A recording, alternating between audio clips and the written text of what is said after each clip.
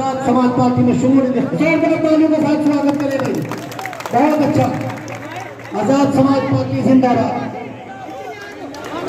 Azad Samaj party, Azad Samaj party, Azad Samaj party. Azad Samaj party का रोना दुनिया में भारी, सब जुड़ रहे हैं नर नारी, जुड़ रहे हैं, सब जुड़ रहे हैं नर नारी। आजाद समाज पार्टी का, आजाद समाज पार्टी का रोना दुनिया में भारी,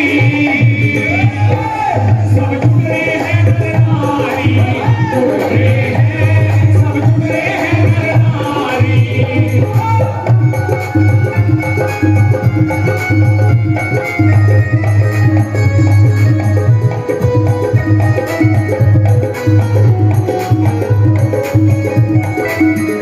और यहाँ पे सब लोग बात को आजाद समाज पार्टी से जुड़ी रहे हैं, लेकिन हमारी कुछ महिला भी जुड़ रही है। मैं ये गीत आपके बीच में सुना रहा हूँ, यदि अच्छा लग रहा हो तो एक बार ऊपर हाथ उठा करके जोरदार ताली आपकी तरफ से होनी चाहिए। चलिए क्या लिख रहा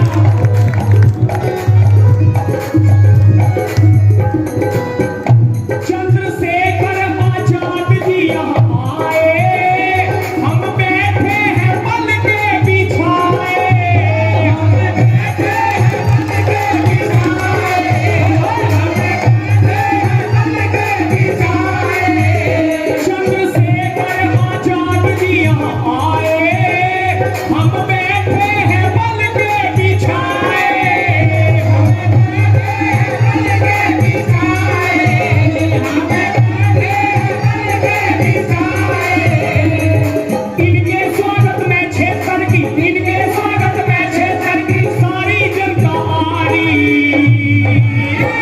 सब जुड़ रहे हैं नर नारी, जुड़ रहे हैं, सब जुड़ रहे हैं नर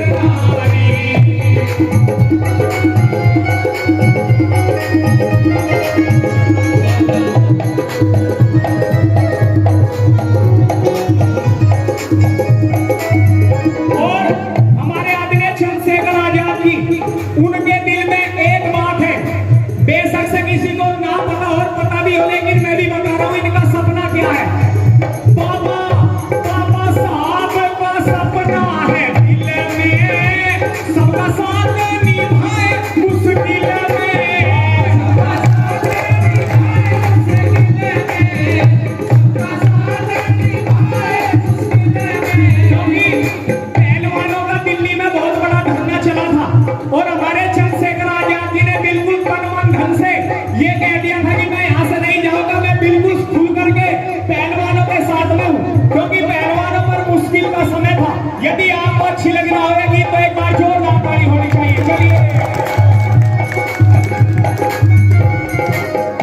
बाबा बाबा साहब का सपना है दिल में, सबका साथ निभाए मुश्किल में, सबका साथ निभाए मुश्किल में, सबका साथ निभाए मुश्किल में। ब्लैक चेन सुरक्षा मिल जा, कौन कौन ये चाह रहे हैं कि हमारे चंद्रशेखर आजाद जी को ब्लैक चेन सुरक्षा मिलनी चाहिए।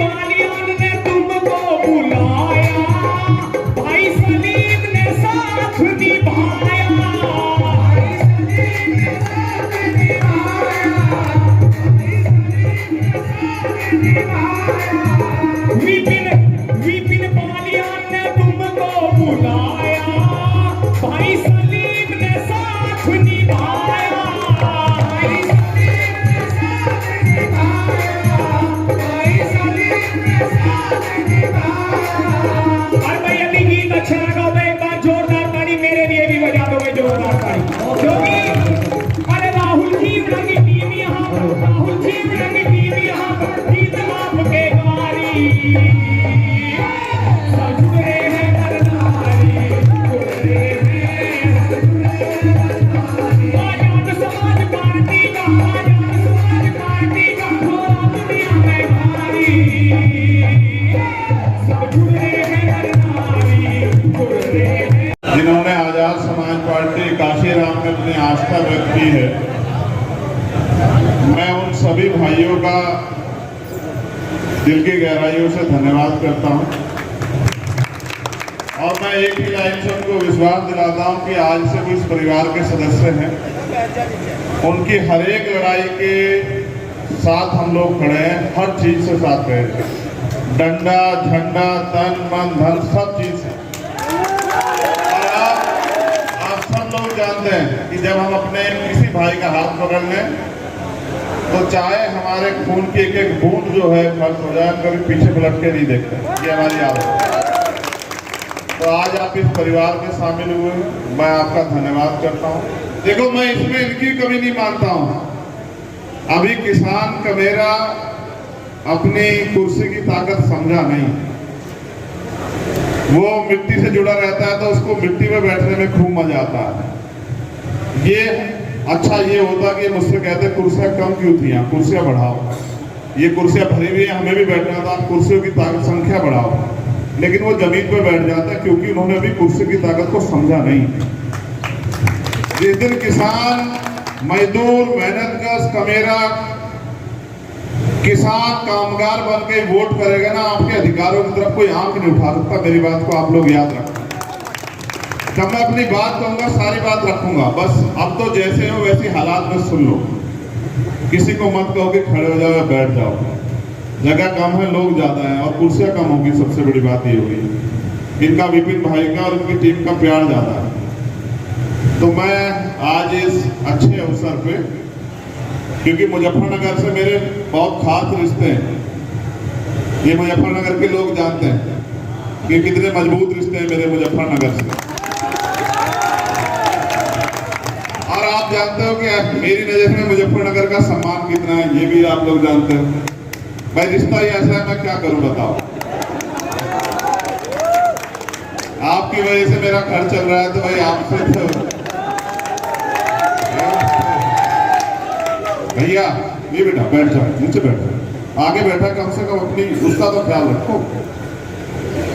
तो मैं सभी संतों गुरुओं महापुरुषों को नमन करता हूं और हमारे सम्मानित नेतागण जो बैठे हैं, हमारे अनुशासन समिति के चेयरमैन डॉक्टर ब्रजपाल जी, हमारे राजस्थान के प्रभारी राष्ट्रीय कोर कमेटी के सम्मानित सदस्य भाई सतपाल चौधरी जी, हमारे राष्ट्रीय कोर कमेटी के और सम्मानित साथी भाई गोभी गुजर जी, भाई संजय जाटव जी, भाई नीतू जी जो इस जोन के प्रभारी भी हैं, उनके साथ साथ हमारे बहुत ही सम्मानित भाई हमेशा दुख सुख में मेरे साथ खड़े रहे, हमारी पार्टी के शुरुआत के स्तंभ रहे भाई कुंवर देवेंद्र सिंह जी, और हमारी पार्टी के जोन के प्रदेश कोर कमेटी के मंडल के हमारे समाज जिला अध्यक्ष जी, दोनों भी हमारे में आजाद समाज पार्टी के, और जितने भी हमारे पार्टी के सम्मानित नेतागण हैं, मैं उन सबका धन्यवाद करता हूँ।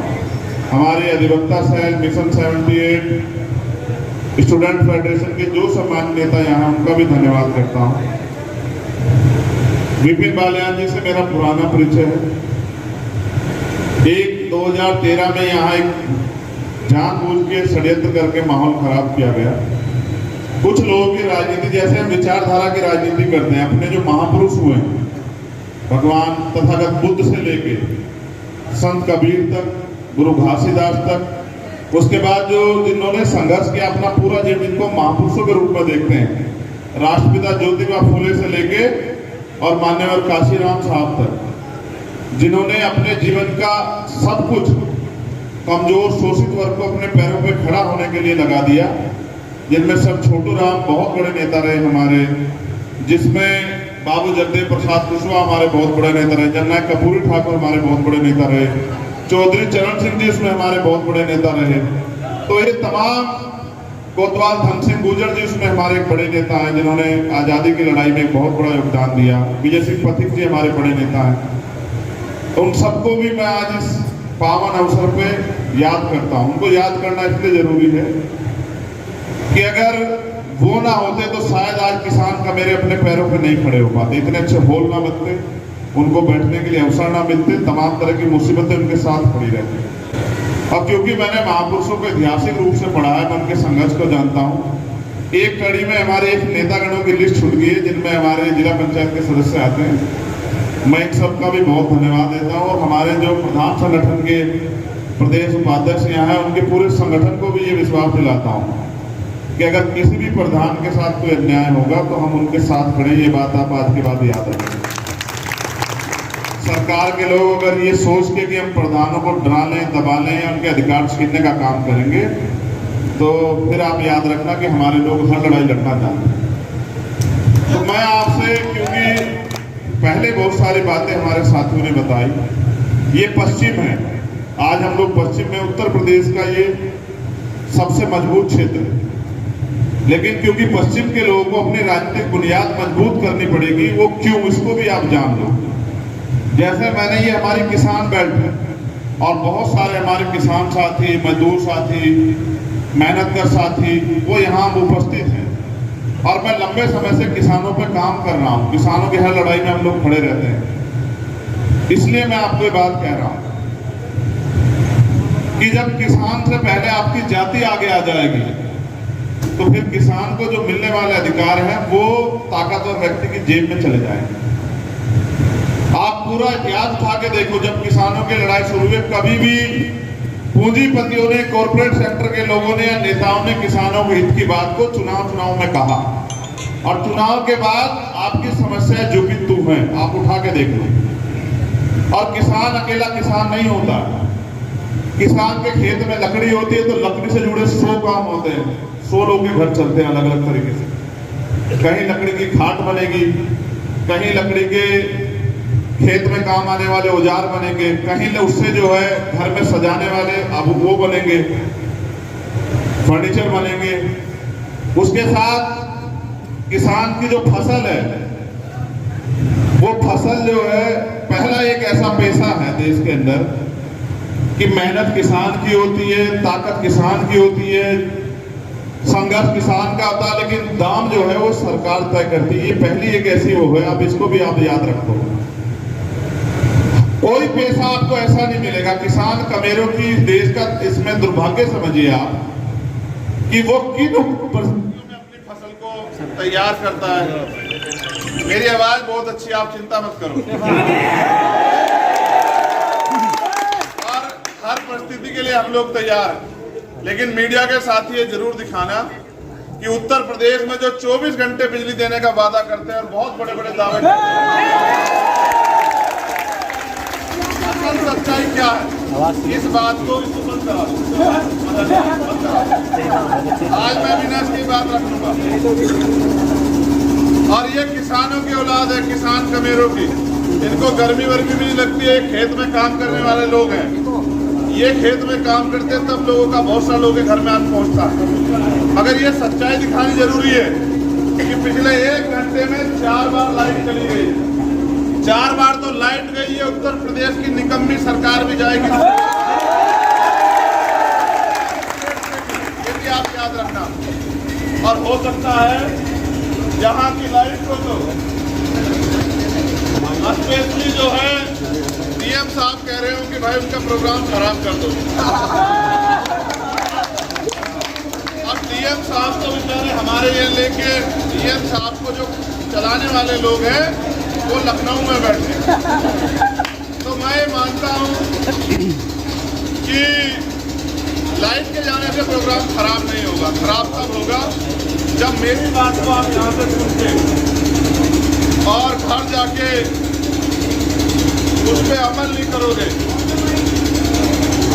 तो जाके जो है बात बनेगी नहीं। अगर आप मेरी बात को सुन के घर जाके इस पर अमल नहीं करोगे। मैं अपने सम्मानित छोटे भाइयों से भी कहूंगा, कुर्सी की ताकत को पहचानो। जिनके पास कुर्सी होती है ना, उनके लोगों को जेल नहीं भिजवाता, ना उन पे झूठे मुकदमे होते, ना ही किसानों को जिस तरह से हर सरकार के आगे फाइल लेके दफ्तरों के बाहर खड़े रहना पड़ता है, और चाहे वो गन्ने की पेमेंट हो या किसी और फसल की, उसके लिए जो है धरने करने पड़ते हैं कि उसको फसल का पैसा मिल जाए।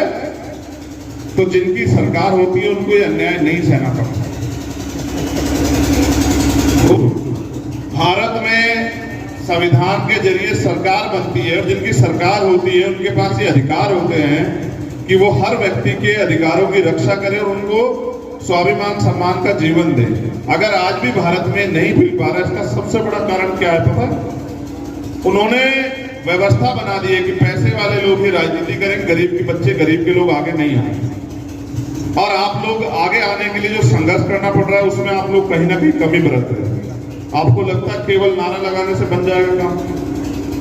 जब तक ये भाईचारा नहीं बनेगा, इस देश के हक वंचित समाज में जो परेशान है, जो अन्याय सह रहे हैं, जिनके साथ जुल्म हो रहा है, चाहे वो जाति के आधार पे हो, चाहे वो धर्म के आधार पे हो, चाहे वो आर्थिक आधार पे हो, किसी भी आधार पे, जब तक वो इकट्ठे नहीं होंगे तब तक देश में आपकी जिंदगी में कोई बदलाव नहीं होगा। 75 साल हो चुके हैं, ऐसे 75 साल और आगे आ जाएंगे, कोई बदलाव नहीं होगा। चाहे आज समझ लो, चाहे कल समझ लेना। अगर आप ताकत में हो, और अगर आपकी ताकत के, आपकी सरकार के अंदर अगर हर कोई गरीब आदमी माने कि ये हमारी सरकार है, तो नेता अच्छा है, नहीं वरना नेता बेकार।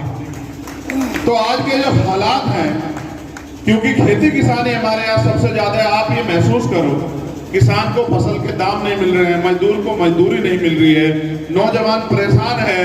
सेना में भर्ती होते थे, अग्निवीर योजना ले आए, और उसके बाद जो है धर्म और जाति के आधार पे आप लोगों को बांटने का काम कर रहे हो। 2013 में आपके यहाँ से जो बंटवारा चला, उसकी वजह से ऐसे लोग सरकार में बैठ गए कि आज लोग रोटी के लिए मोहताज हो गए। अगर तो ये भाईचारा आपने यहीं से मजबूत कर लिया, मैंने खतौली में भी इस बात को कहा था, पुनः दोहरा रहा हूं कि अगर मुजफ्फरनगर जिसकी पहचान है दुनिया में, अगर मुजफ्फरनगर ने अपना भाईचारा मजबूत कर लिया, तो यहीं से भारतीय जनता पार्टी की नसबंदी स्टार्ट होगी और पूरे देश में जाएगी। ये देखो, लड़ाई देश में ना जाति की है, ना धर्म की लड़ाई है, हिस्सेदारी की, हक अधिकार की। जब भी कोई अपने हक अधिकार के लिए बोलेगा, तभी जो है उसके ऊपर हमले भी होंगे, उसकी जान पे भी बनाएगी, उस पर आरोप भी लगेंगे, तमाम तरह की मुसीबतें भी होंगी। मैं तो आपके पड़ोस का हूं और संघर्ष करके आगे बढ़ रहा हूं। आपने मुझे लड़ते हुए देखा है। आप जितने शख्स यहाँ बैठे हो, चाहे किसी जाति धर्म के, एक आदमी बताओ कि कभी देश में कहीं अन्याय हो, और मैं अन्याय के समय घर में बैठा हुआ हूँ। आज तक के इतिहास में मुझे 10 साल हो गए, 2013 से निकले और 2023 चल रहा है। आप में से कोई बैठा एक शख्स बता दे कि मैंने कभी किसी लड़ाई में आपका साथ छोड़ा हो, चाहे वो CA एनआरसी का मामला हो, चाहे महिला पहलवानों के हक की लड़ाई हो, सम्मान की लड़ाई हो, बेटी की, हमारी पगड़ी की लड़ाई हो, चाहे सम्राट मीर भोज जी की लड़ाई हो, चाहे किसानों की लड़ाई हो, चाहे जो शिक्षक भर्ती में घोटाला उनकी लड़ाई हो, या और कोई लड़ाई हो, जब किसी कमजोर, दलित, पिछड़े, हक वंचित समाज के भाई पे, बहन पे अन्याय अत्याचार होता है, कभी ऐसा नहीं हुआ। उसका एकमात्र कारण है कि हम राजनीति यहाँ उन लोगों के लिए कर रहे हैं जिनको आज भी लोग इंसान समझने के लिए राजी नहीं है, जिनको आज भी उनकी फसल के दाम नहीं मिलते, उनकी मेहनत नहीं मिलती, उनके साथ अन्याय अत्याचार होता है। इसको रोकने का एक ही तरीका है देश में कि आप किसान, कमेरे, नौजवान, दलित, पिछड़े, हक वंचित वर्ग के लोग, मुसलमान, जैन, सिख, बौद्ध इकट्ठे हो जाओ, वरना आपकी ना जमीन बचेगी, ना आपका सम्मान बचेगा। आज की सरकार बहुत निकम्मी है और इनको हम लोग मिलकर सबक सिखा सकते हैं। तो मैं पुनः धन्यवाद करूंगा विपिन भाई का कि उन्होंने भाईचारा सम्मेलन बना के हमारे साथ हमारी आजाद समाज पार्टी की ताकत को मजबूत किया। मेरा ऐसा विश्वास है कि बूंद बूंद घड़ा भरता है और संघर्ष से जो है तमाम तरह की लड़ाई जीती जा सकती है। आज की एकता एक लंबी मिसाल पैदा करेगी। मैं अपने साथियों से कहूंगा जो लोग आज जुड़े हैं कि वो लोग कमर कस के आगे बढ़े हैं, आगे लंबे लंबे काम आने वाले हैं। अभी लोकसभा का चुनाव है और एक सबसे बड़ा काम आपको यहाँ करना है मुजफ्फरनगर के लोगों, उसमें मेरी जो जरूरत पड़ेगी बता देना। मैं चाहता हूं कि जब 2026 में आएगा वो,